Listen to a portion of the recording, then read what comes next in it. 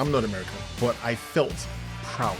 Wow. Okay. Knowing you're in a room Yeah. where people who loathe you, they've literally tried to take your life. However, these people have had to sit there, stand up, and clap for you. Patriotism in America has been declining, and going to church and faith has been declining. Who got shouted out the most? Let's look at the numbers. God, creator of the universe, 0 mentions. If you want to see God's wrath, it ain't going to be 40,000 acres of destruction. A Nigerian man raised in UK. Why would you pick America, and why would you pick Dallas? For a number of reasons. First and foremost, Let's get this money. Euros, dollar bills, getting this on out. Let's get this money. 1 year hand, better know I'm on it. What's cracking, everybody? Money Smart Guy, Matt Sapaula here, and welcome back to another episode of the 7-Figure Squad. What a show we have with you today.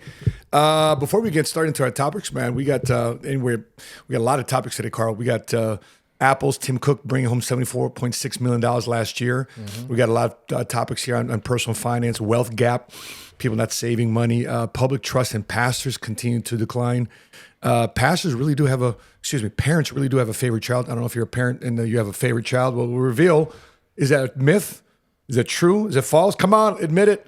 Or not admit it. Donald Trump is the newest crypto billionaire, and economic policies that he's about to unfold. We're talking about the different executive orders that he just put in, and also TikTok. What was the impact potentially of TikTok being banned? Well, we got 90 days to figure it out because this weekend it was banned, and we got a couple other things to share with you too. Some videos we're going to react to as well. So, Carl, welcome to this episode, man. Thank you. Glad to be back, man. For sure. By the way, for the people that are reminded of you, man, tell everybody about your career in private equity, and at the same time, too, what brings you to America? Oh, yes. So, been here 2 years now. It's been fun. Moved over from the UK to set up a private equity company here in Plano. It's a great opportunity. And I'm really glad with Trump, really being a figure of what peace and prosperity looks like for the next few years for America. In my opinion, up to, I would even say yesterday. Yeah. And the world's view is America has been on a decline for the last few years, simply just because of the states of the country. The dollar, you have the likes of BRICS. Okay. You get familiar with sure, BRICS? Of course. On the rise. Yeah. So all the various factors that are happening globally, we're all pointing to America declining. And as history has shown us, every superpower has their glory days and golden ages, and then they decline. That's right. Look, for instance, the British Empire, which once upon a time ruled the entire world. You know a little bit about the British Empire, don't you? Absolutely, I think so too. And from two different perspectives. Yeah. One being, a Nigerian, having, had the British, being one of the British colonies, and actually living in England. You have the Roman Empire, Ottoman Empire. So empires grow and empires fall. Yeah. And my estimates was America certainly was on that decline because they've been the King Kongs of the world. Really? Over the last, quarter, half a century. That was your perspective, that America was on the okay, yeah. 100%. Which, by the way, I agree. However, I think it's been extended by at least another 4 years, I would say. So wait a minute. Okay, let me back up real quick. So why would you, a Nigerian man, raised in UK, with a family, with kids, why would you pick America, and why would you pick Dallas? I mean, for a number of reasons. First and foremost is really during COVID, I started and kind of had a look at the world in terms of what is actually happening. Yeah. And in my estimates, you can see we have a transition of power and wealth shifting hands from prevailing generation to the next. You see that across various spectrums in a sense of, okay, for instance, politics. You have the likes of, our new vice president of the UK, of America, with JD Vance. He's 40, so he's the youngest millennial vice president there's ever been. Yeah, Marine too. United States never dog. Precisely. You have the likes of Vivek Ramaswamy. Yeah. You have Bukele, president of El Salvador, also millennial. Yeah. Bukele. Yeah, Bukele. Yeah. Uh-huh. Nayib Bukele. Yeah. So you can see in the political space how the millennials, the younger guys of my generation, are now stepping into power and becoming the vanguards of this, dispensation. Such an articulate way to say that, bro. And then on the business side, you have, even last couple of weeks, Bernard Arnault, who was also at the inauguration yesterday. Yeah, Mr. LVMH. Yeah. He's now bequeathed the company, the operations and the management of the company of LVMH to his son. You have also a guy who is frowned upon, George Soros. Mm-hmm. He's no longer the chairman of Open Society. His kid now. It's now his kid. Yeah. So you're seeing dangerous family. Absolutely. So a lot of the power centers that have been. Yeah. Same thing with Bloomberg. He's now stepped down from running their company, and his son is now taking the reins. So power is shifting hands, both in the business and political spectrum. And for me, it's like, okay, this is the opportunity of a lifetime. I'm not going to get to see this opportunity again in my lifetime. So I need to take pole position to be able to get control of some of those assets because it's going somewhere.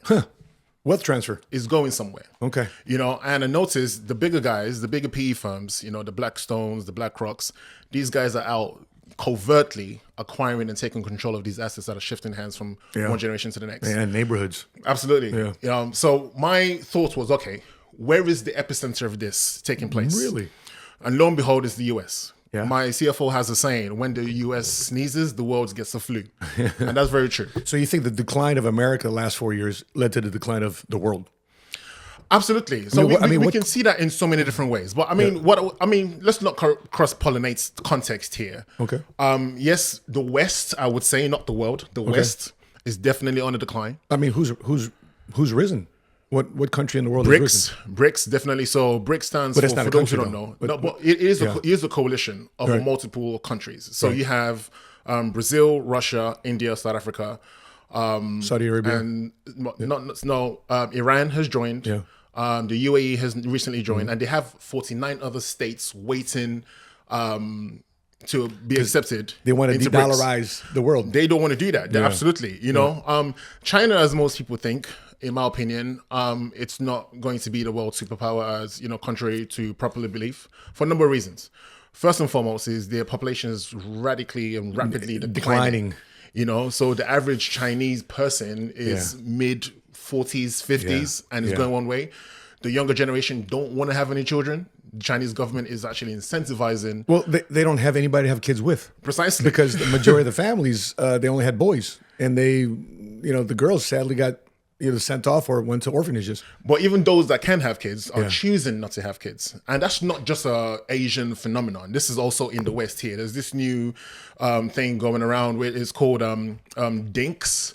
So dual income, no kids. Yeah. So even people in the West are choosing not to have children. Yeah. And I think we're going to react to a clip later on with a lady saying, his kids are not worth it. Now, on face value, you're going to think, okay, why would you say such a thing? Yeah. But when you actually understand the context in which she's talking about, it actually makes sense. What a grabber of a headline, though. Good for her marketing. Absolutely, 100%. So it really captured attention. But going back to what I was saying, the reason as to why I chose to come to Dallas specifically, Dallas is quickly becoming the financial hub of the US.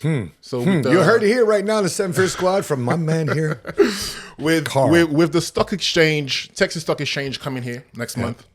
That's a great indicator of what's happening in the States. And interesting about the Texas Stock Exchange as compared to the New York Stock Exchange, Wall Street, as compared to Chicago Mercantile Exchange, the Board of Trade, where I'm from in Chicago, the second city, is that even 10 years ago, even 15 years ago, you had this massive stock exchange. Because back in the day, you actually had to have people, runners, traders, in person. It's all changed now. Right. It's all digitalized. And even though 10, 15 years ago when they installed technology, even half of the exchange was filled. With two people. And then now you don't even have to be into the stock. You can go from home. The world has completely changed. And it's changing rapidly. We can start trading today, right now. Right now. Right here. The bell's going to go in a few, closing bell's going to go in a few. But nonetheless, so I think also when you look at industries across the board, I'm talking transportation, data infrastructure, healthcare, AI. All the big companies are coming here to Texas. Yeah. Plus, when you look at it from a consumer standpoint, with the influx of people coming in from California, from New York, from abroad, everyone's coming to into Chicago. into Texas. So you have people ready, willing, and able to buy any product or service that your company can put out to the market. So it's a burgeoning market across all sectors. Unlike California, where Hollywood is now kind of plateaued. Silicon Valley, Austin now is being dubbed Silicon Hills. So a lot of the tech firms, Elon Musk is also down that way. The LA, the comedy capital of the world used to be LA. Absolutely, it's now shifting. Then Rogan moved to Austin. He recruited everybody there. Even talking about entertainment, a lot of the studios are now actually built in Georgia and Atlanta. also in Atlanta, and also here as well. Actually went to an opening of a studio downtown last week. So it's shifting hands. So for me, what really informed me coming here ultimately was, okay, what's my strategy? Because there's one thing to know and observe what's happening, but okay, how do you actually take advantage of what's going on? And we have an entire generation of business owners who are highly incentivized to sell their companies simply because they're just coming to the end of their careers. They've been running their companies for the last 50, 20, 30 years. These are the mundane, non-sexy type businesses. I'm talking your HVAC companies, your trucking companies, laundromats, all of that kind of stuff. Nonetheless, they print money. Of course. But their children don't want anything to do with those companies. Interesting. These are the companies that funded their trust funds and their lifestyle. They have these massive real estate portfolios, but the kids don't want to run the real estate. They don't want to do it. They want to go and do Instagram, TikTok, be an influencer on YouTube. Don't get me wrong. I'm not casting any aspersions on anyone who's doing that because it makes money. Oh, of course. However, the younger generation simply just don't want to go and get involved with what their family built. So for me, that's a unique opportunity to go in and acquire those businesses, amalgamate them as a private equities. That's the vehicle to be able to go and do that. I'm a lazy guy. I don't like to work hard. So I'm not your conventional type of businessman or entrepreneur who wants to go and build a business from zero, go through Series A, venture, all of that stuff. You have companies that are already that's where existing. I thrive, baby. I'm going to do the dirty, baby. No, I mean, that's fine. Each to their own. That's why we're good contrast in this podcast. For me, I like to work smart, not hard. These companies are already making, really great numbers. They have great P&Ls, great assets. We just going in, acquiring them, streamlining them, adding some AI, some technology, expanding into new markets, erecting new verticals, and growing those companies. And as I said, ultimately, it's taking control of those assets. So ultimately, that's what informed me coming to Dallas, particularly, choosing the vehicle of private equity to go and do what we're doing. And that's what we're cracking on with right now. I love it. And by the way, some demographics is the fourth largest city now in all of Texas, passing up Austin, is Fort Worth. So two of the biggest cities in Texas are right here in Dallas and Fort Worth. Absolutely. Over the weekend, a new report said that Dallas passed up Philadelphia as the number 4 media market. So number 1 media market is New York, second LA. I'm sorry, second Chicago, third LA, fourth now Dallas. When you say media market, what do you mean? Like in media attention, like media, print, visual, TV, radio. Yeah, absolutely. In terms of the distribution of media. Yeah, absolutely. Yeah, So, definitely. Fort Worth is definitely the hub. Even, what's his name? Dr. Phil moved his studio. He's right in Fort Worth, Here in Fort Worth. That's right. So yes, it's definitely the place to be. Take note, guys. A lot of things are happening in Dallas Lots right now. of stuff happening in Dallas. Okay, so before we jump into the topics, I want to know real quick, your one biggest takeaway from yesterday's Trump inauguration speech. I kind of feel a little ambivalent about the whole inauguration for a couple of reasons, and I'll explain why. First and foremost, I'm not American, but I felt proud. Wow. Okay. I felt proud just watching a man. Because it's your home. I mean, it is home, but not in the sense of home to you. Home. Yeah, I got you. But this is your dwelling. You absolutely. You Americans are very patriotic, which is great because I've not seen the level of love that you guys have for your countries anywhere else, quite frankly. Patriotism in America has been declining, and going to church and faith has been declining. But I'm glad that you feel that because you're in Dallas. For sure. Yeah. Perhaps is More in Dallas than anything else. particular Yeah. region of the country than anywhere else. That's kind of the You go to reason Chicago, for that. not so much. Not quite. Yeah. And understandably so, Yeah. because the country has been let down. Yeah. The citizens of this country have been let down by the government over the last, number of years, at least, the last 8 years or so.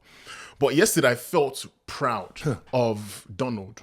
Okay. Take away the face, take away the name, take away, the bravado of the individual that we know him to be. Yeah. But the guy has withstood and gone through scrutiny, immense scrutiny. Oh my gosh. The lawfare, Character assassination. the character assassination, Literal assassination. the demonization. Yeah. Twice they tried to take his life.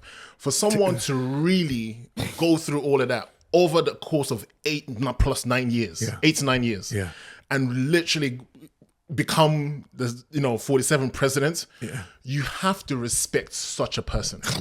The level of robustness and vigor and the character that you need to maintain for you to achieve that. Yeah. Dude, come on, man. You 8 got to take your years hat off to the straight. guy. The media's been against them.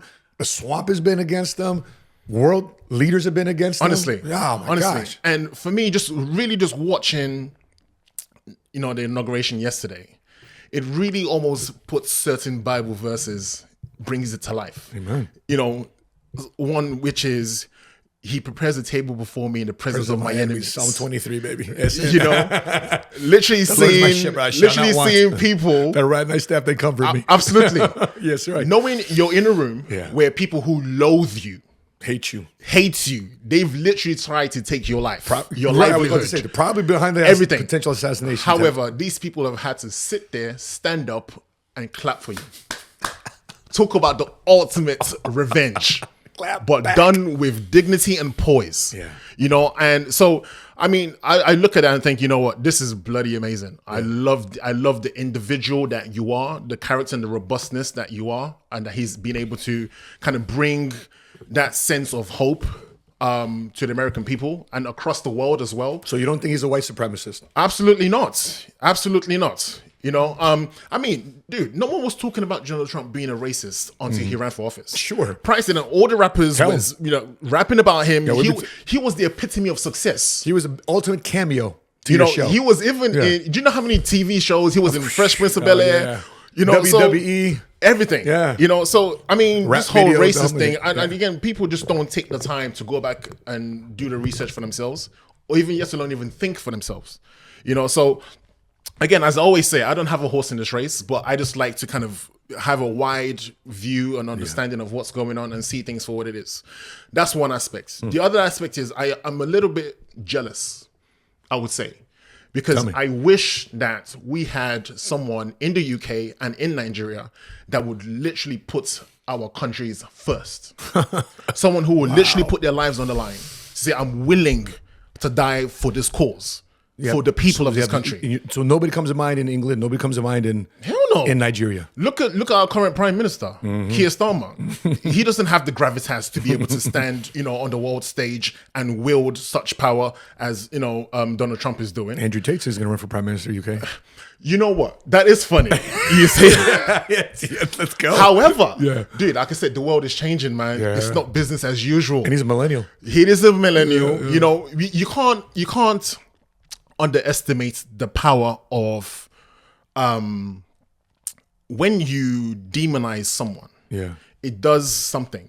It garners attention. Yeah. Like he did when he got.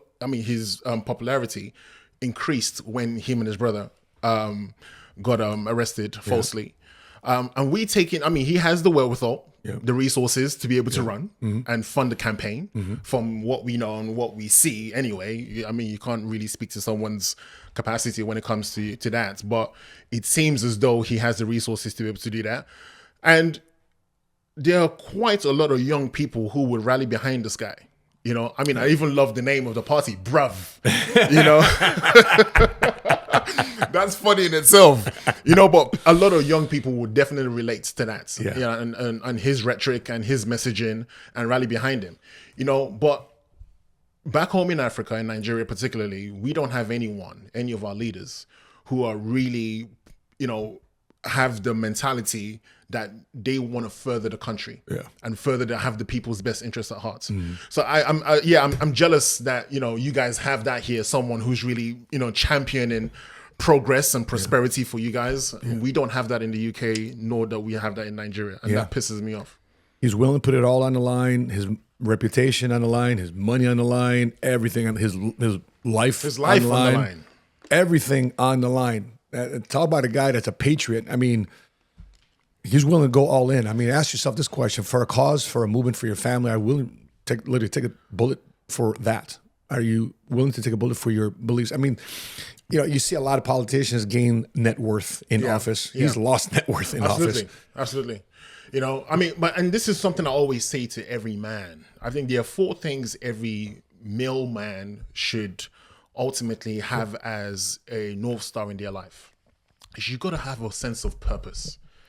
Like Donald has been talking about this version of America for 30 years straight. If you go back to his interviews in the 80s, there's no difference to the rhetoric that he's been promulgating back then till now. And they wanted him to run for president. Absolutely. Oprah, are you running for president? 100%. And she was pressing on him to do that. Now all of a sudden, symposium discussion. But I think just having that unwavering, dogmatic sense of purpose of what you dedicate your life to. I mean, you heard him say yesterday, God spared my life simply because I could make America great. That's right. Every individual, every male man needs to wake up every morning having a very strong, unwavering sense of direction and purpose. Why are you breathing? Why are you occupying space on this planet? You have to have that. 2, again, I was really proud to have, not just JD and his children and his family, but also Trump. Imagine how proud those kids must be of their father, man. Having that inside view of what's been happening to their family and their dad. All of these years. How proud they must have been for him to take that stage and come in as the 47th president. So I always say, guys, you got to have a robust, strong relationship with your children as much as possible. I know sometimes that's beyond our control simply because of circumstances with the mothers of the kids. But to the best of your ability, try and maintain as much of a strong relationship with your kids. Make as much money as you possibly can, whatever that might be. We're going to touch on that in some other topics here. The golden age begins. The golden age is beginning, and last but not least, have the love of a good woman. Amen to that. That matters. Even yesterday, Trump was, tongue in cheek talking about some things that he wanted to say during his speech. And Melania told him, listen, don't say that, but having someone that matters. 100%. That matters. Having a spouse who can hold you accountable, but who you take heed of their counsel. That matters. That matters. When you're looking at, Trump's family, we were there in Mar-a-Lago last April. And so a lot of people don't know. Actually, I had a conversation with Barron Trump and I had a conversation with Donald Jr. And I've never posted it on social media. I've never posted it online. But if you have a conversation with them, a couple of things came across. Is number one, as big as the world is and as powerful as that family is, it's still very tight. And it's them and their policies, their agenda, and it's a very tight inner circle. And you would think that they're just people at a barbecue, but they're running the country, they're running the world, And so when I just saw the observation, the interaction, it's a tight family. The second thing I realized is that the amount of customer service, the amount of hospitality that they showed at Mar-a-Lago. Now we were walking out, and Barron Trump goes, "Are you guys walking out?" She said, well, "Let me walk you to your car." He doesn't have to do that. No, he's 17 years old. Kid? Oh, I was going to ask. Yeah, he's 18 now, but he's 6'9", big kid. He's a tall kid. And he said, let me walk you to having conversation, showing customer service like we're at. That's his home and a place to stay. So it made you want to really get yourself involved in the hospitality and seeing what this family is all about. And a lot of things. I mean, when I saw it's called home training. Home training, right? It's called home training. When I saw Trump elevate Omarosa, remember Omarosa? Yeah. One of the first apprentices that won, right? Non-celebrity. Yeah. And what a lot of people don't realize is that Trump held a reality show for her to find a husband.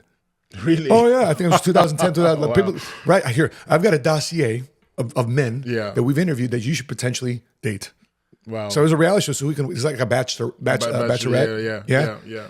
But there's nothing. He was looking out for her, right? And a woman, he's doing a talk, and a woman talks in one of his rallies, and she gets up. I'm a veteran.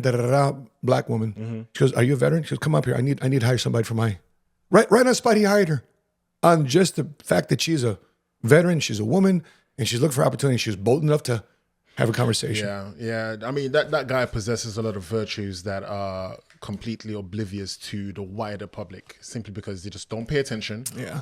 And the media have done a phenomenal job in demonizing his character. So people don't even pay attention. Yeah. They don't even want to hear what he has to say or how he engages with people. Yeah. I mean, these couple of examples that you've just given, he didn't have to do all these things. No. And there's a myriad Yeah. of examples of where he's gone up and beyond for people that he just didn't have to. Yeah.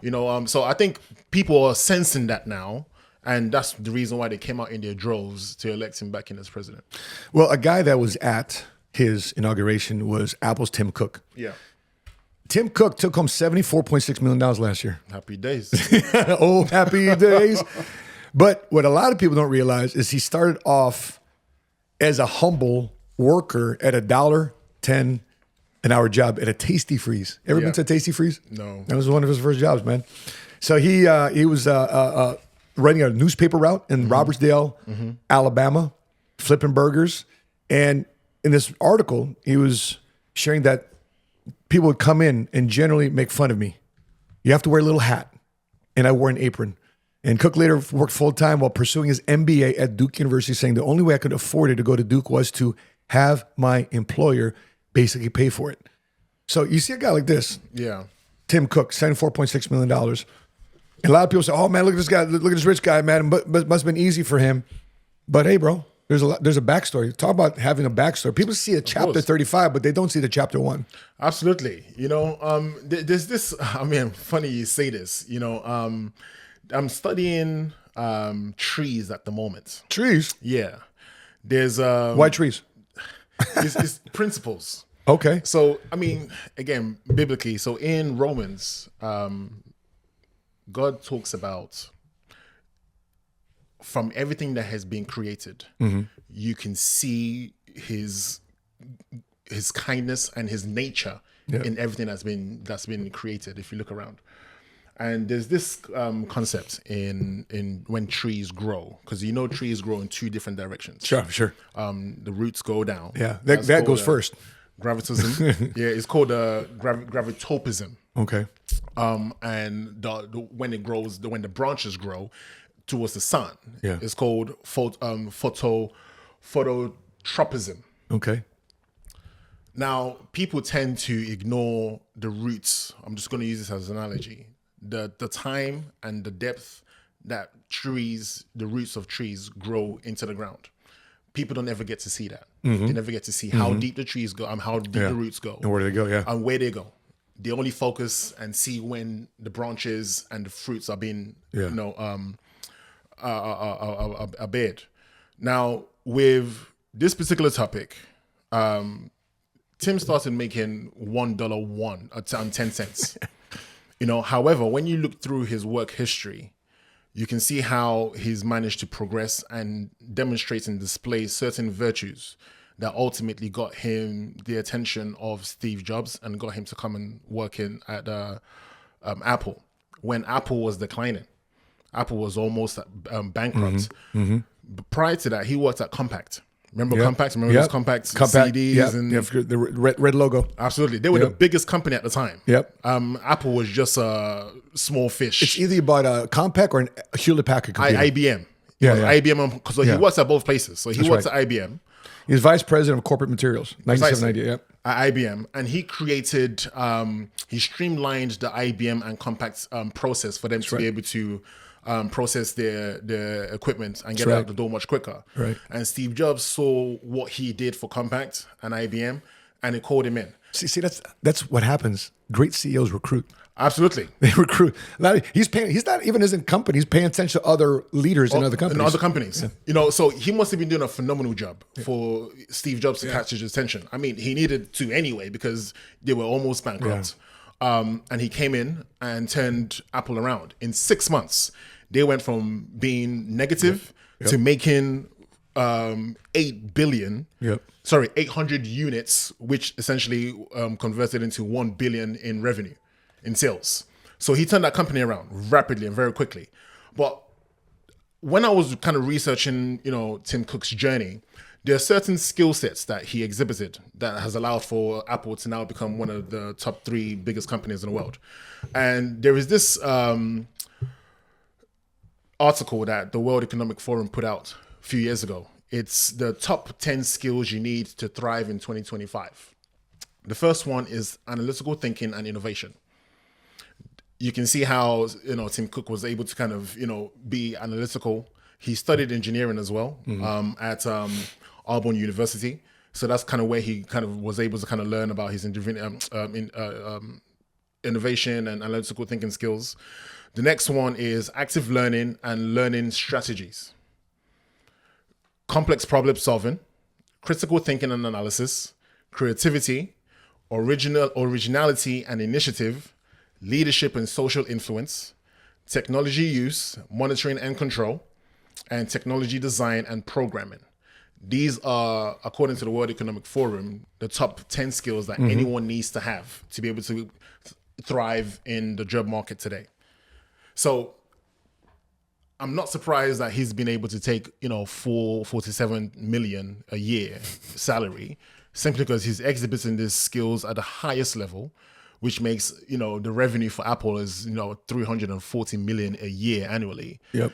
So it's not even a fraction of, how much they're making and he's taking home. So when you talk about meritocracy, this is exactly what it looks like. And when you look at his career, it's really around supply chain management. Absolutely. So it's one thing to get an order, it's one thing to get a sale. Yeah. But at scale. Absolutely. So when entrepreneurs are thinking, do I really have a business? You don't really have a business until you scale it out and you make money with or without you, but you have a system and a process. Yeah. And people like Tim Cook run your company. Absolutely. Run your company. So he was the one who actually outsourced the Apple manufacturers out to China at the beginning, back in the 80s. Yep. And part of the reason why he was at the inauguration yesterday, he's been having conversation with Trump to bring those factories back to the America. US. That's right. All right. Otherwise, tariffs and all that stuff is coming in. Absolutely. Tariffs right up your ass, mate. But he started with Apple in 1998. Yeah. So it's not, people think he's this overnight success, but he started as a senior VP of worldwide operations in 98. Yeah. And then he went on to executive VP of worldwide operations. So he got promoted 4 years later. So he got his feet wet. 4 years later, he became from VP to executive VP. And then he became a CEO, like an interim CEO, chief operating officer, COO, in 2005. And then when Jobs was having health challenges, he would come in as interim CEO here and there as he was going through his cancer. But he took a company that was $600 billion company to this $2 trillion company since 2011. So phenomenal. That credit goes to him actually knowing his craft, knowing what to do. And oftentimes, we were talking about this earlier, people think they need to be an entrepreneur. I need to be an entrepreneur to become multi-decade millionaire. Well, in this case, you don't have to be a multi-millionaire. You have to be a very valuable employee of the company, right? And so if you want to go down the career path, his net worth would rival Steve Jobs' net worth. Another guy who we can compare this to is Steve Ballmer, who's a former CEO, the number 30th employee of Microsoft. Yeah. And his net worth is $157 billion versus Gates at $156 billion. By $1 billion, he's number 2 to his former COO. So if you're out there and you're saying, listen, I want to be an entrepreneur. That's another word, right? So you may not be an entrepreneur, but you might be an entrepreneur, meaning that you take the same amount of skill development, what you just talked about, skill development, process development, but without the risk of your own capital and your reputation.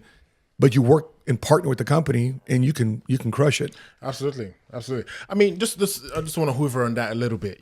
We definitely in a dispensation now where becoming an entrepreneur is in vogue. It's cool. Sure. Yeah.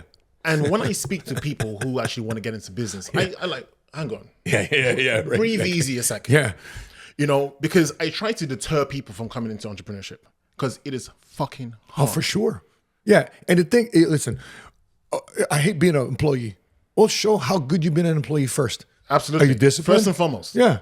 You What know, have you done? because when, as an employee, on Friday at 5 p.m., you don't have to think about this company or this business for 2 whole days. Yeah. You can go and do whatever the hell you want. Yeah. Till Monday morning at 9 o'clock when you clock in. Yeah. Don't get me wrong. I'm not casting any aspersions on anyone who works in a company.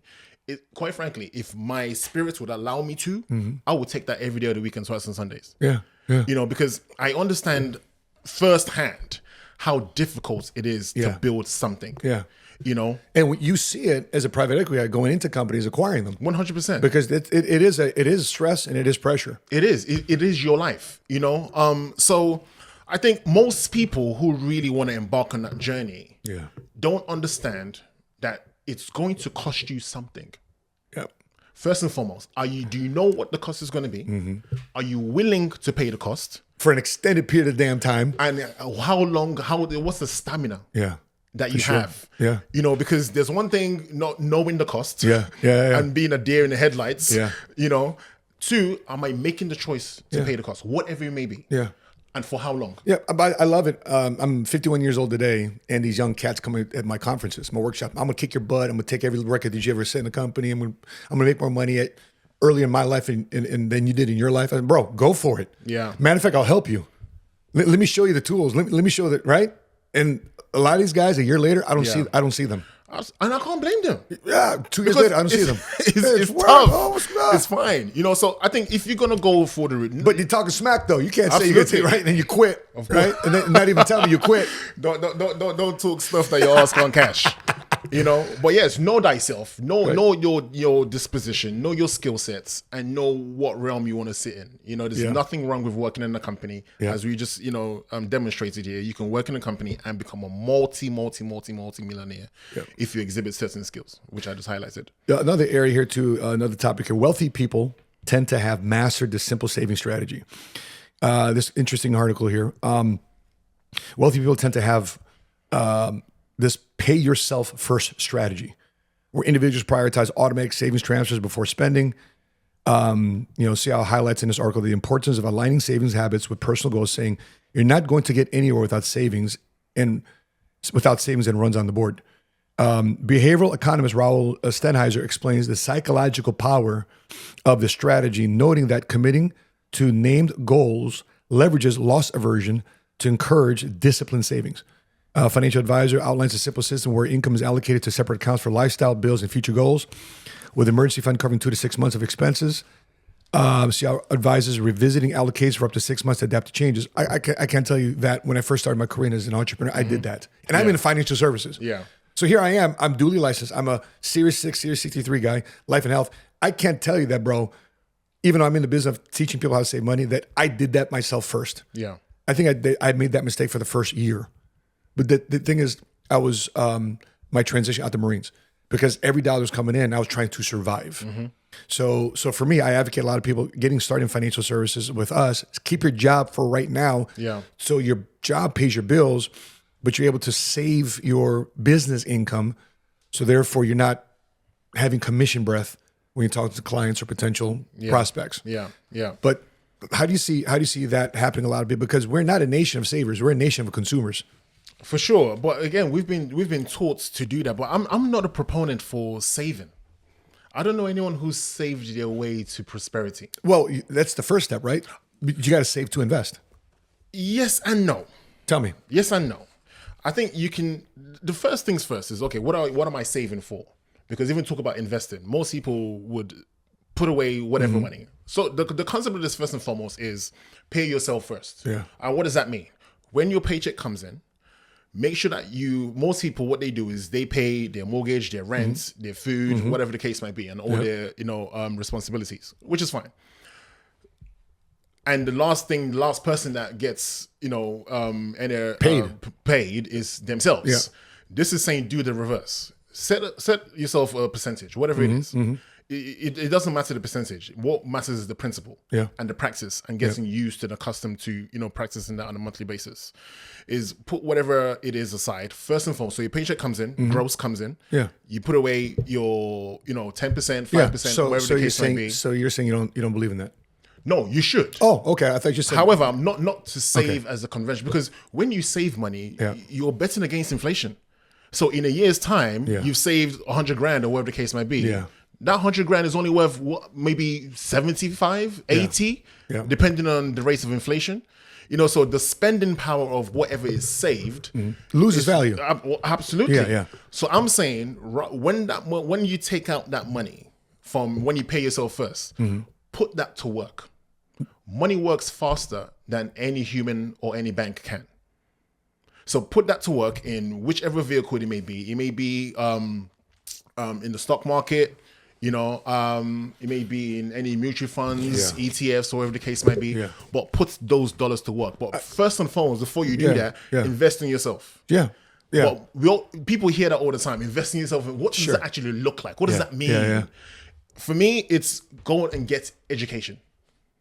Expand your skill set. Go and pay broaden your for capacity. Information that you don't know. Because I know people who have, they have disposable income. They've got some investments, some savings. Yeah. They want to go and buy a property, but they don't know how to buy a property. Sure. In real estate, you make your money when you buy. Yeah. And most people don't understand the cycles of real estate. Yeah.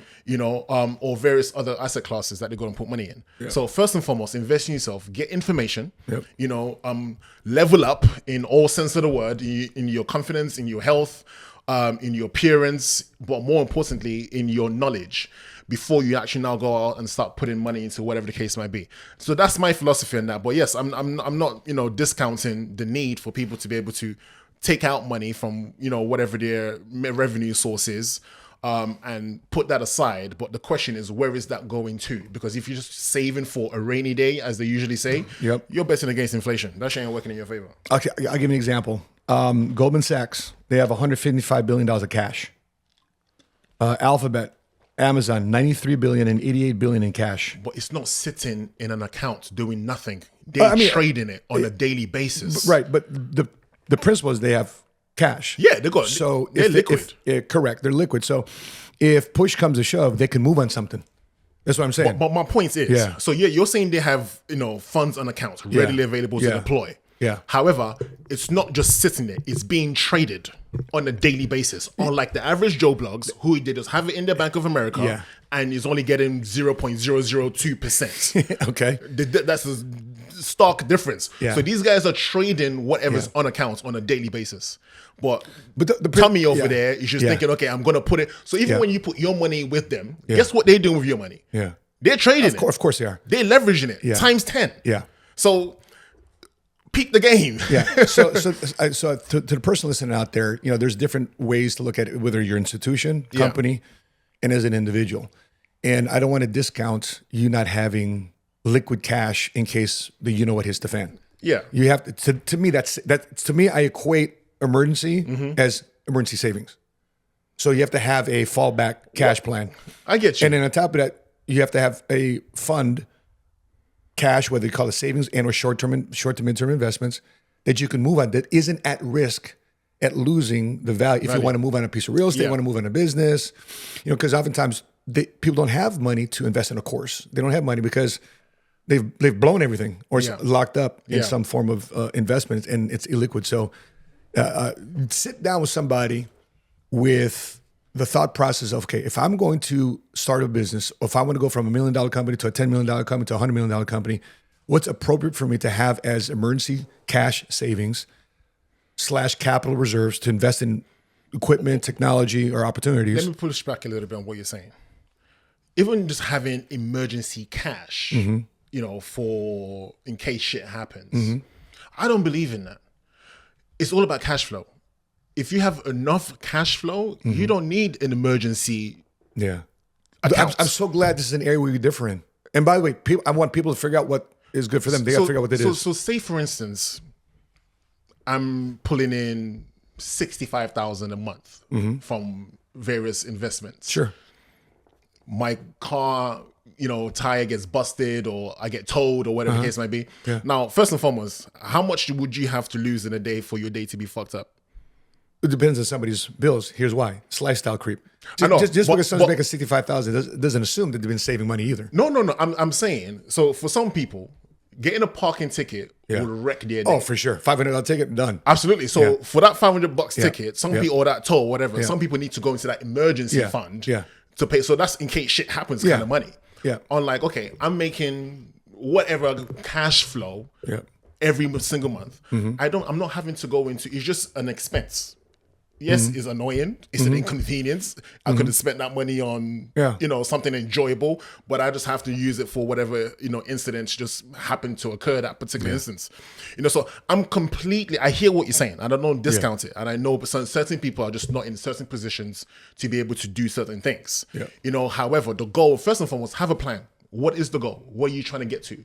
What monthly cash flow are you trying to get to? Yeah. Is it 3,000, 5,000, 10,000, 100,000, 200,000, whatever the case might be?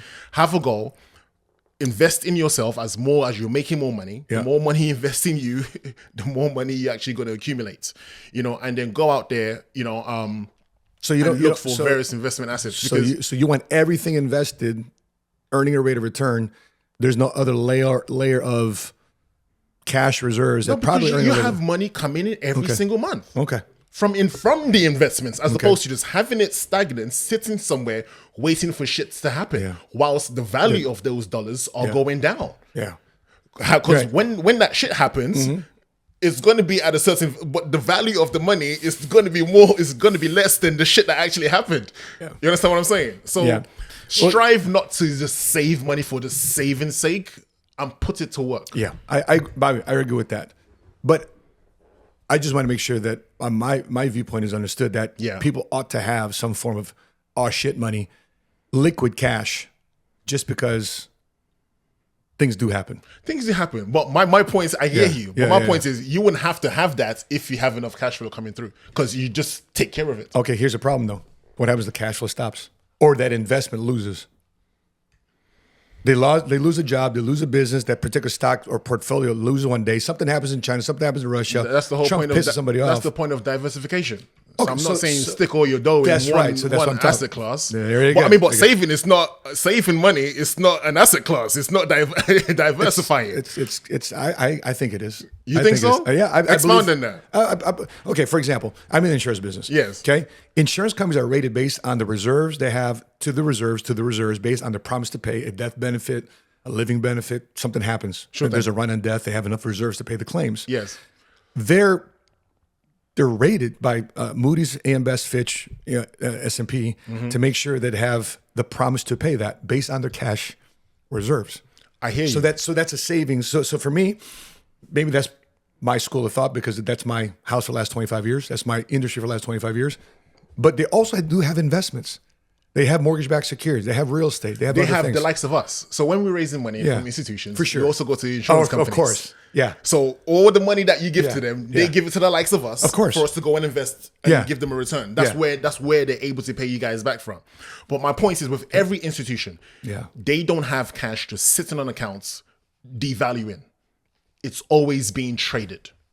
Yeah, sure. But there's, for example, the insurance company have what they call NIC funds A, B, and C. Yeah. They are the largest purchasers of corporate bonds in America. Sure, it's going to be a low rate of return, but it's considered Depends on the coupon. right. It's considered savings. Yeah. It's going to outpace inflation, but it's not going to give you a return that you can retire on.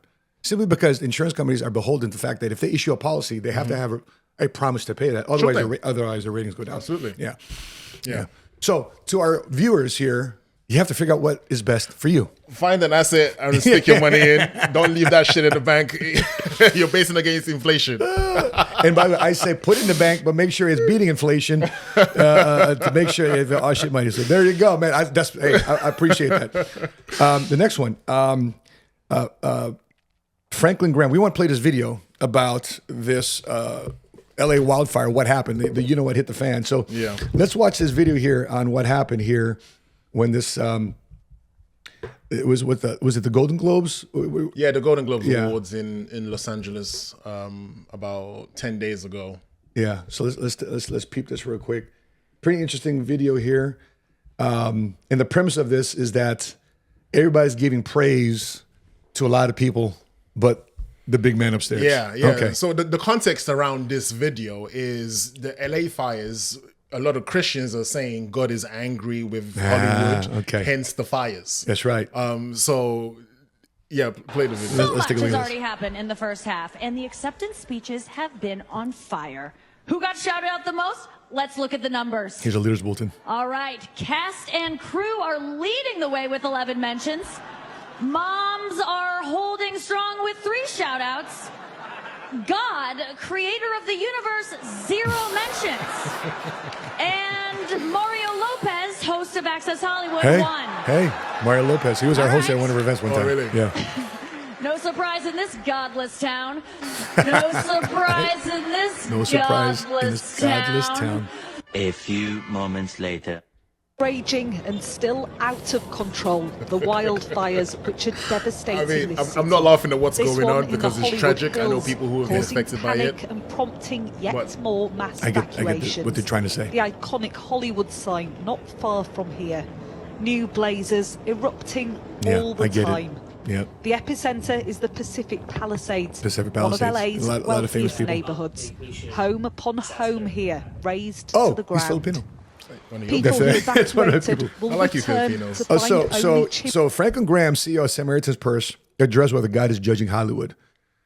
He urged people to reflect on their faith, asking, are we prepared to stand before him? And if our house was burned and we were burned up in it, would we go in his presence? So speculate. I mean, what you think is going on here with it? I mean, is this a hand of God thing? No, is no, this no, a no, no, no, conspiracy thing? Is it a planned thing? No. This is simply people just being hyperbolical. Simple. Yeah. If you want to see God's wrath, trust me, it ain't going to be 40,000 acres of destruction. Yeah. Twice we've seen in the Bible where God has been angry and demonstrated his anger. He flooded the entire Earth. planet. So this is absolutely nothing Yeah. when it comes to God demonstrating. Plus, the significance of the rainbow is his promise to himself, saying he's never going to do what he did in Genesis 6, which is, literally killing everyone. So this is just people just being hyperbolical. It's got nothing to do with God. Yep. It's Gavin Newsom's fault. Sure. Sure. This is a matter of mismanagement, Yeah. gross negligence, and people putting DEI above safety and common sense. That's what it comes down to. So let's not, give, attribute this to God. And quite frankly, when in the Bible, when we talk about, don't take the Lord's name in vain, it's not just, swearing on the Bible or whatever the case might be. It's equally attributing things to God that he's not responsible for. Yeah. So for instance, if I go to your company and say, oh, Matt sent me here and gave me permission to go and do the Saturday session and you didn't, that's me taking your name in vain. Yeah. Yes, I'm going to do something positive and good or whatever the case might be. I'm not hurting anyone, but you didn't give me the mandates to go and do that. So hang on, Carl, I appreciate what you're doing, but I never gave you the green light to go and do this. So why are you using my name in vain? Yeah. So we tend to think using God's name in vain is only when we swear and when we do negative things, but when we attribute things to him that he has no hand in, that's equally taking his name in vain too. So I think there's people just being hyperbolical about this. They need to calm down. Public trust in pastors continues to decline, a Gallup poll finds. So Gallup poll conducted December of 2024 shows only 30% of Americans rate clergy as highly honest and ethical. A steep drop from an average of 56% between 2000 and 2009, and 67% trust in clergy and pastors in 1985, making it an all-time low. So clergy ranked 10th out of 23 professions, below auto mechanics, but above bankers and nursing home operators. So why do you think a lot of trust is in clergy and pastors are being polarized? For example, we watched the inauguration yesterday. Yeah. 3 different types of prayers at the end. You had a Jewish rabbi. You had Lorenzo Smith. He was evoking his Martin Luther King Jr., right? By the way, a lot of people were clowning him. I mean, I don't know why they were clowning him. But I get where the prayer was inspired from. I don't think that he was trying to copy Martin. I think it was inspired by Martin Luther King Jr. I was trying to pay homage to the day. Sure. It was MLK Day yesterday too. Sure, so of we couldn't course. sideline that. So you had to be given the credence it deserved. And then you had a Catholic priest. Yeah. So if there was a punch of 1, 2, 3 for you, why more people aren't trusting pastors? Why would that be? It's funny because the clergy outfit is the most trusting costume uniform ever. Yeah. If you see a pastor, if you see someone with a color, Sure. you feel like this individual is noble, upstanding. You know, this is the person who ultimately has access I would think. to God. Yeah. Most people would. Yeah. It's the He's the a good man. most trusting Good person. uniform that you can see, even beyond a fireman or policeman. Because ultimately, this is the person who you ultimately go to get and learn and get your moral compass from. Sure. You know? And over the years, we've seen how that position has been bastardized. Oh, for sure. By the myriad of, allegations and stories that come out of, individuals who are fiddling and playing with young kids, molesting kids. Yep. It's rampant, Yep. in the Catholic Church particularly. I like that. That's one. 2, prosperity gospel. Yeah.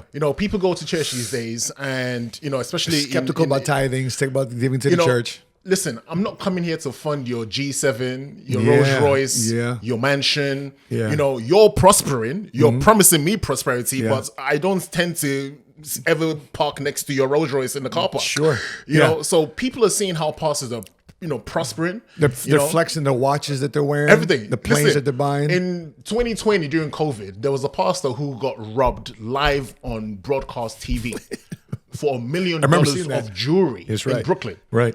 Number one, why you got $1 million worth of jewelry on the pulpits preaching? Yeah. Yeah. Why? Yep. And lo and behold, you're easy to find. Exactly. Right? We all know where you are. And lo and behold, a whole bunch of thugs came in the church live on TV doing his sermon and told him to get on the floor and robbed him. Yeah. Funny enough, the same guy has been indicted, by the New York courts. And I think he's actually now doing time because he was swindling his congregation. So these are the reasons why, people are, I don't trust this God thing. Yeah. Simply because the individuals who are the gatekeepers ultimately are the ones who are stopping people. And again, if you look, referring back to faith and in the Bible, when the religious leaders were coming in and, trying to tempt Jesus and kind of get him, to do miracles to prove himself. And he said to them, listen, all of these people that are under your watch will not enter the kingdom of heaven. And certainly you will not enter the kingdom of heaven because you're leading them astray. Yeah. And that's the same thing. The one rhetoric that's consistent in the Old and New Testaments, guess what it is? False prophets. Jesus talks about it. Yeah. All the prophets that came before Jesus talked about it. Yeah. Across the Old and New Testament. We're just reading about that in 1 Timothy 6. What you got to do with false prophets, get away from them. Absolutely. And again, it goes on to say, we will know them by their fruits. Yeah. So people have to be vigilant, man, because these guys, they all they do is just hermeneutic sophistry. They're the greatest salesman, showmanship. Yeah. They can articulate, their hermeneutics, they're gifted. They are gifted individuals, and it's very easy to get lost in that prosperity gospel and, ultimately just indoctrinate yourself with the wrong doctrine. Yep. And start doing religion and fall into their traps. So people gotta be vigilant, man. These guys are sharks out there. Yeah. And I think any pastor that guilts you into tithings and savings or tithings and givings versus your savings. Yeah. Yeah, I kind of tend to, absolutely, have skepticism towards very that, much so. Very much because you shouldn't be put under compulsion to give. 100%. God loves a cheerful giver. Cheerful giver, not someone who is, you're guilted feels like they're cornered. They're forced to do that. People say, I don't care if my lights get turned off. I'll make sure I give to the church. That's pretty damn bold. I mean, because your first ministry is your family. Absolutely. And you're not taking your first ministry, I don't know. You're funding Pastor Tunde's Rolls Royce. So your dad, right? Your dad. How many kids? I got 4. 4 kids. I got 5 babies. So between the two, we're populating the world quite well. Indeed. We got 9. So, do you have a favorite child? Hell yeah. Of course I do. Everyone does. Everyone does. Most people wouldn't admit it, but every parent has a favorite child. You know, I didn't think about this until kids are probably watching this too as well. But to me, the just like any, I look at my company. Yeah. And the people, I have favorite associates. Of course. I have favorite, team leaders. I have favorite, cities that I go to. Yeah. And here's why they're my favorites. If they're aligned with me and they rock with me, we interact, we communicate. Yeah. There's nothing they're trying to hide behind me, like to erode trust. And they're productive, and they're showing that they're taking our friendship, our relationship, and they're prospering. Yeah. They tend to be my favorite. Sure. But if it's just like me, you're not doing this for me, they're guilty on the type of stuff. I love you, but damn. Absolutely. It's a mutual relationship here. For sure. But I gotta still invoke my role as a father first. Don't 100%. Don't get it twisted. You ain't my line. friend. Absolutely. And by the way, I'd love to be friends with you, but not at the fact that I can be disrespected as a father. You see, I always say, as children, the relationship is parent-child. And as you grow, when you become an adult, you become friends. Yeah. And same thing with your children, with your siblings as well. But does it come a friend first, then father second? Does it shift priority for you? With Gen Zs and Gen X, you have to be their friends. It's very difficult to parents the way we were parented. You can't walk into their room and give instructions. Yeah. Because whatever you persecute grows. Well, I think the delivery. I know we kind of tracking a little bit, but I think that your delivery is different. Yeah. But I think the role doesn't change. The role doesn't change. However, And the pecking order doesn't your change. modality, Yeah. the structure doesn't change for sure Yeah. because parent-child. That's very clear. But your modality of parenting has to change in 2025. Oh, for sure. I mean, I have a 29-year-old and twins that are 23. And if they're not aligned with me and they've decided to take their own path, and they've taken their own path. And they will do. And I trust the scripture says, raise your child in the ways of the word, right? So therefore when they grow, they never depart. Apart from it.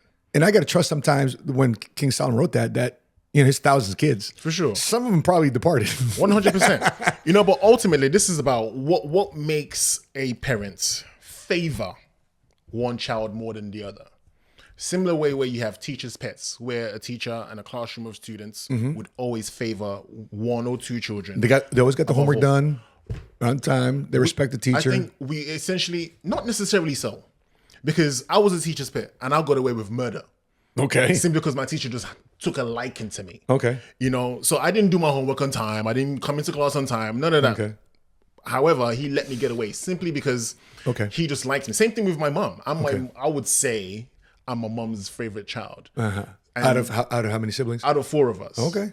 And listen, even if my mom saw me kill someone, she'll go to the courts and say, listen, Carl is a great son. He would never hurt a fly. Shout out to Carl's mom. That's amazing. That's amazing. And same for me. Even with my youngest, that's my favorite kid. Simply because we are just kindred spirits. Yeah. Our personalities get on a lot more than some of my other children. Which when I say that, I'm not saying that you love any of your kids less. Yeah. Not at all. Yeah. It's simply you just have a better relationship because from a personality standpoint that allows you guys to get on a little bit better than some of the other children. Yeah. It ain't got nothing to do with loving your kids any less. Because some people feel like, oh, I love all them the same. Of course you do. However, you just extend grace and favor to one than you would the other. So I want to go into this video of this woman talk about are children worth it. So let's take a look what she has to say. So this is interesting. Ask all the moms if children are worth it. I'm going to give you a short and quick answer. The answer is no. They aren't. She said children now, worth it. before you mom crusaders come up in here trying to come for me, please understand that I am not Beyonce and I do like to cuss, but also let me explain. Okay, the thing about it is children will be the greatest love you've ever known, experienced. Oh my gosh, it's like nothing you can even explain, right? But with every high, there is an opposite and equal challenge to go with it. And if you want to have kids and make them worth it, you need 3 things, okay? And you don't have to have all 3 things. You should, hopefully. What are these 3 things? But you don't have to have all 3 things, but you need to at least have 1 of the 3 and hopefully 2 of the 3, okay? They're not all weighted the same. 1, you need a good partner. Oh, of course. Yes, I know, At the top. cliche. Let's not cliche if it's However, true. the case of the matter is you do need a good partner. You need somebody who's going to be a team player, an active player, not stressing you out, not taking away from your peace, not being a hindrance, and worse, a child themselves, okay? You do want a good partner, okay? Number 2, resources, i.e. money. Comes and goes. There's all these different programs, but when I'm talking about resources, I'm talking about I agree. money. You need to be able to pay for the things that you cannot get if you don't have a good spouse or a good partner, whatever the case may be, all right? The third thing, support system. I agree. So, kind of a good hook there, but you disagreed with her saying that having children is the greatest love you've ever experienced in your entire life. You disagreed. Tell me. The children are not your greatest love you've ever had. Hell no. If most people are honest with themselves and they really introspect, your kids are not your legacy, contrary to popular belief. Okay. Because if we think of all the great, I'm going to address what she said in a minute. And by the way, the lady tells no lies in terms of the 3 things that she outlined. Yeah. And by the way, I think you need all 3. 100%. I think if you ought to have all 3 or a game plan for all 3 before you even have kids.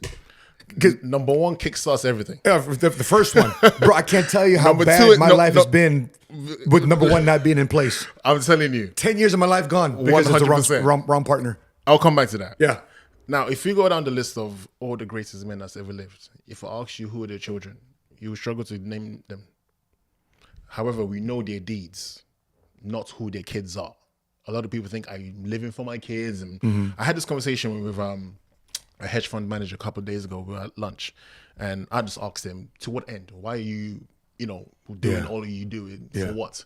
And he said, for my children. And I'm like, okay. I'm going to ask you that question again. Yeah. But this time I want you to be candid with me. Be honest. Yeah. Why do you do what you do?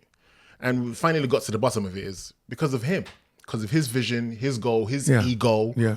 His self-concept. Yeah. Don't get me wrong. Your kids are byproducts of that. They get to enjoy, the resources and the essence that you've grown and become. But yes. Yeah. But to the point that the lady was saying, first and foremost, the first rule of parenting is pick your partner right. There are prerequisites that you must take into account. 100%. Before you decide to lay down with someone and procreate. Yeah, be careful you have sex with. This whole Netflix and chill, very dangerous thing. Gentlemen, please hear me and hear me well. Pay attention. I implore you. The ass is not the prerequisite. That's right. The face, the beauty is not the prerequisite. Don't get me wrong. We are males. Yeah. So we are moved by what we see. Sure. However, if you're actually thinking of procreating with someone, believe you me, you got to look beyond the obvious. And quite frankly, it's all the intangibles that are the prerequisites, all the things that we can't see, particularly as men. Yeah. So yes, she's 100% right. You got to pick your partner right, because what you going to teach my children in my absence? Yeah, because okay, she's a 10 physically, but she's a 1 emotionally and spiritually, mentally. You're bankrupt. Oh my gosh. You got nothing to offer to my goes kids. to negative 10. Absolutely. Nothing to offer to the children. But at the beginning, you don't get to see that because all you see is just the aesthetics. Yeah. Well, we move by what we see, what we see. So 100% I get it. But however, Philly, pay attention. We have to be conscientious enough and disciplined enough to look beyond the obvious and take the time to really search for those virtues. Yep. So yes, and ladies, right to do the same thing as men too.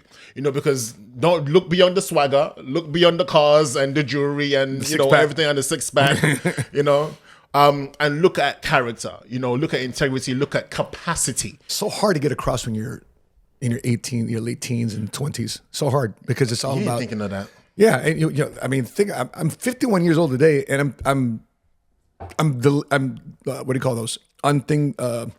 Unfollowing certain things that the algorithm puts my way. Yeah, and it's just crazy how I'd be so confused if I was in my 20s trying to date right now. Absolutely, especially with dude.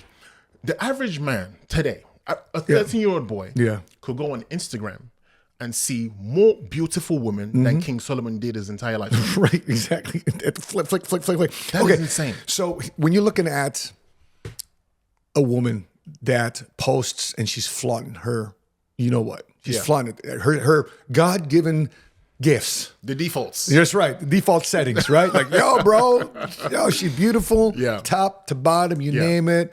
And she's just, through Instagram, through Reels, she's just seducing you just to keep scrolling and scrolling. They call it thirst traps. Thirst traps, that's right. Okay? That's how old I am. I don't even know the damn term. Do you really want that in your girl? Do you really want that in your future wife? I mean, if she's a little too expressive. So modesty is part of the 100%. conversation. Okay. Absolutely. Gentlemen, pay attention. Pay attention. This is wisdom right here. And plus, ladies, less is more. Less is more. We don't have to see everything. What captures a man is imagination. That's right. That's When right. like I'm intrigued. Yeah. And that's what, engenders the pursuit Yeah. ultimately. But when you give me everything on Yeah. day one, it's like, okay, Yeah. what else is there? And the other dude can see everything on day Precisely. one too as well. Yeah, Precisely. You're not very, No. very No one high wants on that. my value scale. So she's right, 100%. Choose your partner correctly. 2, yes, you do need resources. You need to have money, man. So I don't know how know? people make it $40,000, $50,000, $60,000 a year. And by the way, I don't know how I was making it, but I had a way out. Somehow, some way you did. Yeah, I had a way out. I got involved in insurance. I got involved in Yeah. business. Thank God somebody recruited me and taught me a different way to see the world. So that second point is ultimately, the main factor that undergirds the whole concept of dink. With that being said, with Dink, Yeah. do you think people should wait till later in their life? Because I think knowing what I know now the fact I was a father in my 40s versus a father in my early 20s, Yeah. to see what type of life my 2 younger boys have right now, Mm-hmm. I'm giving them a whole lot more now than I did my kids in my 20s. I know. See, the thing about, yes, But then I hear you. then you get energy, excitement when you're in your 20s though, versus the Of energy you have in your course, 40s. but here's the thing about kids. We're talking to business people, so you understand the parlance I'm using to express this thought. Is kids are the riskiest investment you're ever going to make. You never know if or when they're ever going to pay dividends. That's why she says having kids aren't worth it. Absolutely. 'Cause And that's you ne- ultimately what she's speaking to. Because you never know if you're going to ever pay you back. 100%. But should you expect them to pay you back? Hell yeah. Okay. Now, If I bring you up, Yeah. in the Yeah. church, Yeah. I invest heavily in Yeah. your education. Yeah.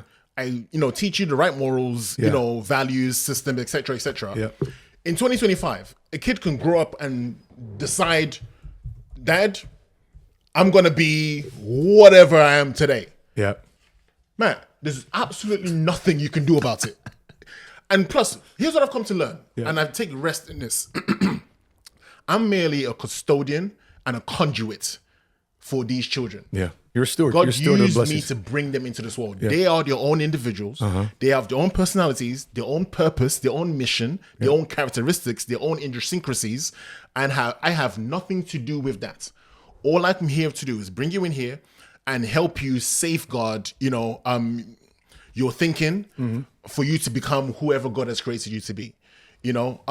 So we put too much emphasis and try to reinvent ourselves in our children. Yeah. They're not supposed to be you.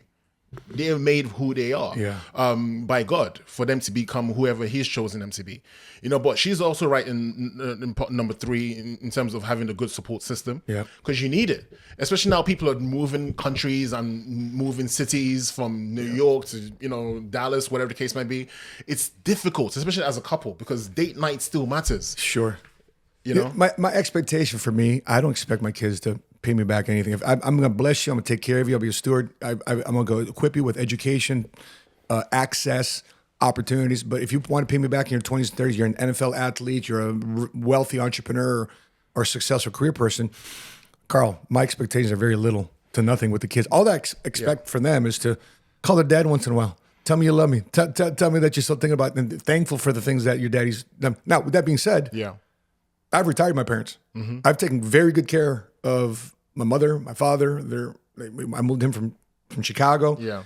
My mother doesn't have to worry about any expense. She doesn't have to worry about nothing. So for me, I'll give it.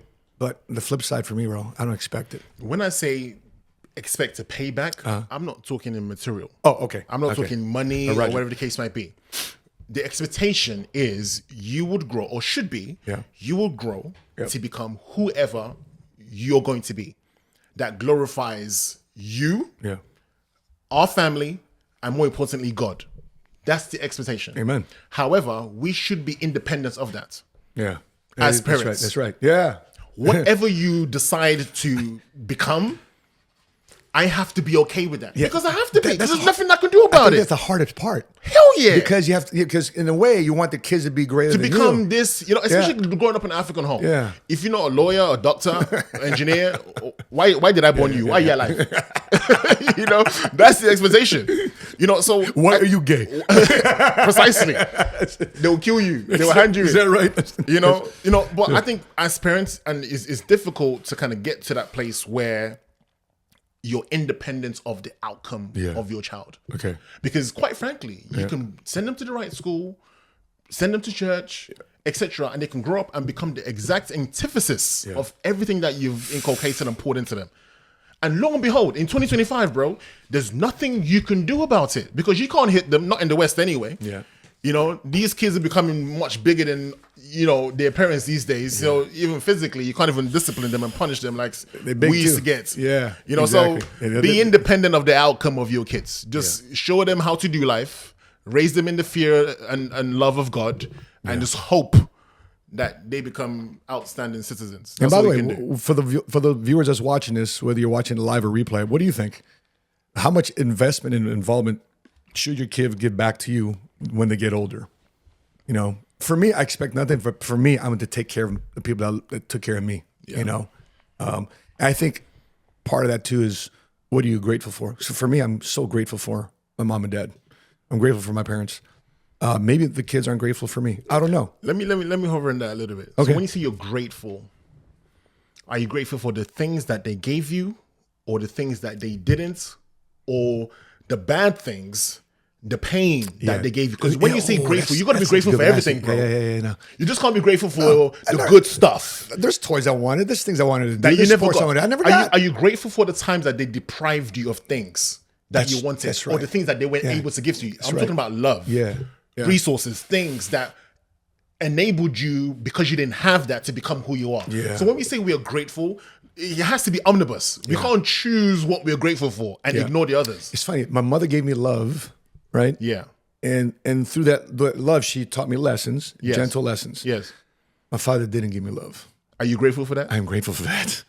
True story. It's the biggest pain in my life, though. Absolutely. Right? Because it Absolutely. caused me wanting to man up. Absolutely. Because- But you can only be grateful in retrospect. Yes. As a kid, that shit messes you my up. gosh. I think until about maybe 5-10 years. I'm 51. Until I was 42 years old, I was still Yeah. messing up with that. Absolutely. So So yes, parents, or in the people, when you say you're grateful for your parents as a blanketed statement, make sure you're grateful for the things that they did that allowed you to become who you are, and more importantly, the things that they didn't do or couldn't do, or that they did do that caused you pain and anguish. That's ultimately, and quite frankly, you're one of a few people, or we are one of a few people who can say, I'm grateful in this context. Yep. There are some people who have been subdued Yeah. by those, negative things that happened, who didn't use those things as stepping stones to become what we've become. Yeah, they became victims. Absolutely. Through versus of their victors. parents. We've discussed this a number of times, as every child goes through 3 phases of relationships with their parents, where they idolize, humanize, and then idolize, demonize, and humanize. Yep. Humanize your parents. Yeah. Yeah. They're just, young people trying to do life, trying to get it right. Right. So once you're able to see them through the eyes of, these are just people who were doing the best that they knew with what they had. It's easier to kind of say, I'm grateful for this, and use that as a stepping stone, as opposed to, being a victim of what I didn't have, what my parents couldn't do for me, etc.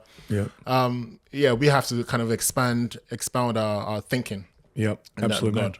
Well, Carl, man, listen, man, I appreciate you coming on the podcast today. There's a lot of stuff. You got to come back on again. Come on, man. I got a meeting to go to tonight, but I appreciate you coming on, man, and I'm glad you and I can be here in America and appreciate what America has to offer, and the fact that people out there are watching. Why is Carl here?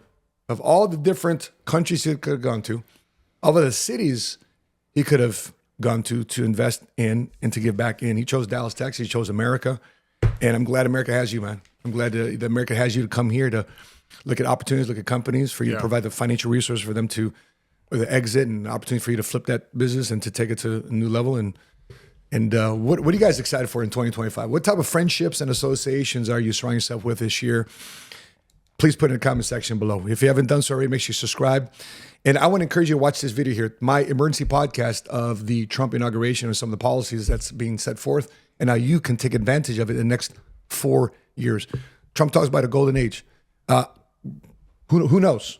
But all you know is if you want to make if you want to make America great again, don't wait for the president. Don't wait for the White House. Start in your house. Start with you.